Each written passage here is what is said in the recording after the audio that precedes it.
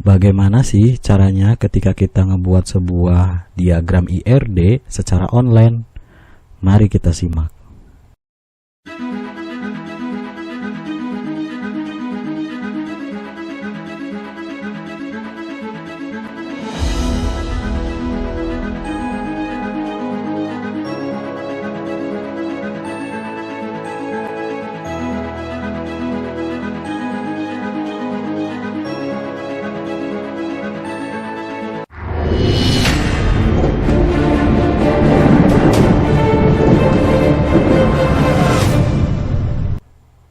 Ada beberapa cara ketika kita akan ngebangun IRD itu, ya. Bisa saja kita menggunakan Microsoft Office atau menggunakan Microsoft Visio, dan kita bisa menggunakan aplikasi pihak ketiga yang lainnya yang bisa diinstal ke laptop atau PC kita. Dan apa itu IRD? IRD ini udah hal yang sangat lumrah bagi anak informatika atau teknik, ya. IRD itu adalah, kalau di sini dijelaskan, entity relationship diagram. Tapi yang akan saya jelaskan ini adalah secara online-nya.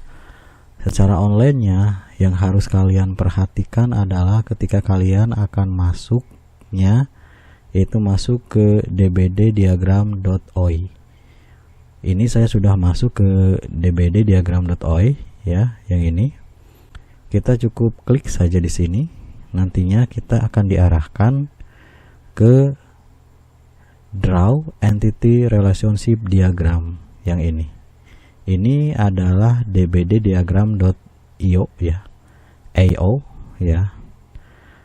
Ini adalah bentuk tutorial secara garis besar bagaimana sih caranya ketika kita akan ngebangun sebuah diagram IRD yang secara online di dbddiagram.io, ya. Kita akan coba, ya. Kalau lihat di sini, ini adalah tutorialnya secara singkatnya bagaimana ngebangunnya. Kalau kita terus ke bawah, bagaimana dbddiagram.io itu bekerja. Pertama, kita itu harus memahami dan menulis sebuah kode atau perintah. Yang kedua, ini banyak yang bisa kita lakukan sebenarnya di sini. Untuk mempersingkat waktu, kita masuk ke sini aja. Kita create your diagram. Ketika kita create your diagram, ini adalah tampilan awal ketika kita akan ngebangun sebuah diagram. Ini sudah disediakan oleh disediakan oleh diagram dbddiagram.io nya, ya, teman-teman.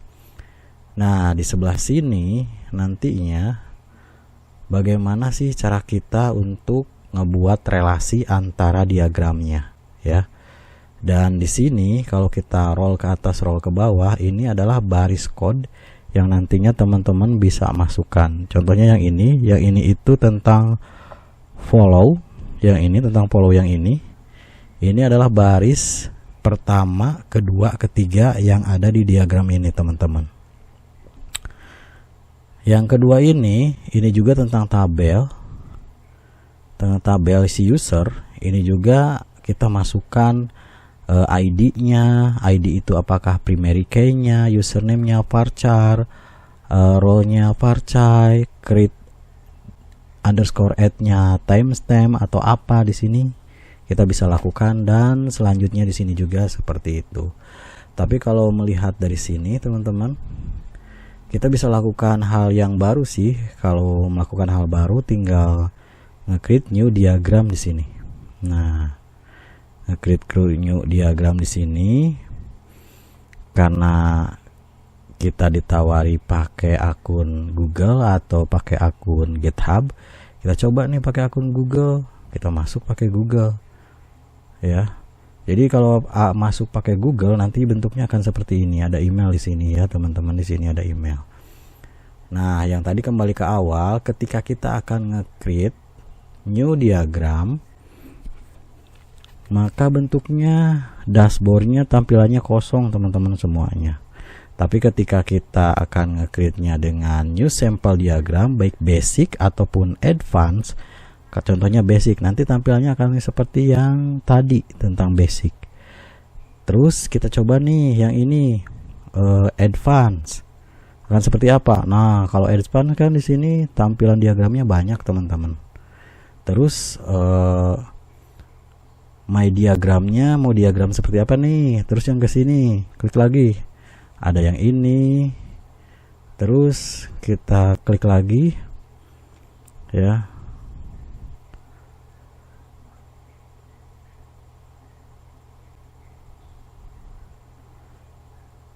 Jadi di my diagram ini ada berapa diagram yang akan kita gunakan. Di balik bar-bar yang ini, toolbar yang ini, kita bisa lakukan share ya.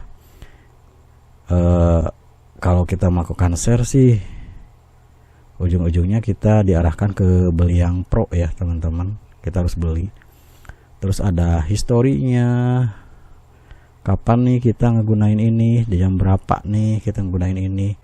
Terus kita bisa melakukan ekspor to PDF, ekspor to PNG, SPG, SVJ, PostgreSQL, MySQL, SQL Server, dan Oracle SQL. Dan di sini juga kita juga bisa melakukan impor teman-teman. Kita juga bisa melakukan impor ke MySQL, PostgreSQL, dan banyak lagi di sini ya teman-teman. Ini hanya mode sih, ada mode malam dan ada mode siang sebenarnya. Seperti itu sih tampilan di sini teman-teman. Saya asumsikan, saya contohkan di sini karena di sini ada 3 tabel ya, ada 3 tabel di sini. Contohnya ketika saya ingin ngebuat tabel baru, jadi teman-teman klikkan di sini nih di coding yang ini, moga kelihatan. Kita enter di sini ya. Contohnya, jadi untuk ketika kita akan ngebangun tabel baru ya teman-teman, ini kan ada 3 buah tabel, ada follow, ada user, ada post. Sebenarnya ini barisan kode yang ini, satu yang ini, yang kedua yang ini, yang ketiga yang ini bisa kita rubah-rubah karena kita udah disediakan yang basicnya dari aplikasi ini gitu ya, aplikasi online ini. Saya berikan contoh tabel barunya, yaitu tabel ini. Itu nama tabelnya adalah tabel pegawai ya.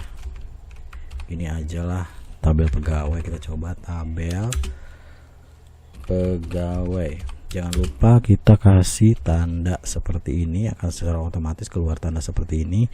Terus kita enter sedikit, kita masukkan tabel pegawai ini ada apa di dalamnya, ada ID kan, ID ini bisa saja berupa integer, sama integer kan, bisa saja berupa integer. Dan ID ini kan mungkin bisa saja menjadi primary ya. Contoh ini bisa saja jadi primary key ya, yang ini. Terus dari sini ada apa ya? Ada mungkin username-nya juga. Username itu ada varchar-nya. Nah, kayak gini.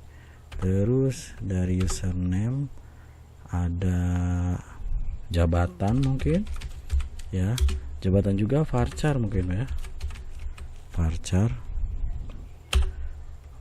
dan lain-lain juga mungkin varchar.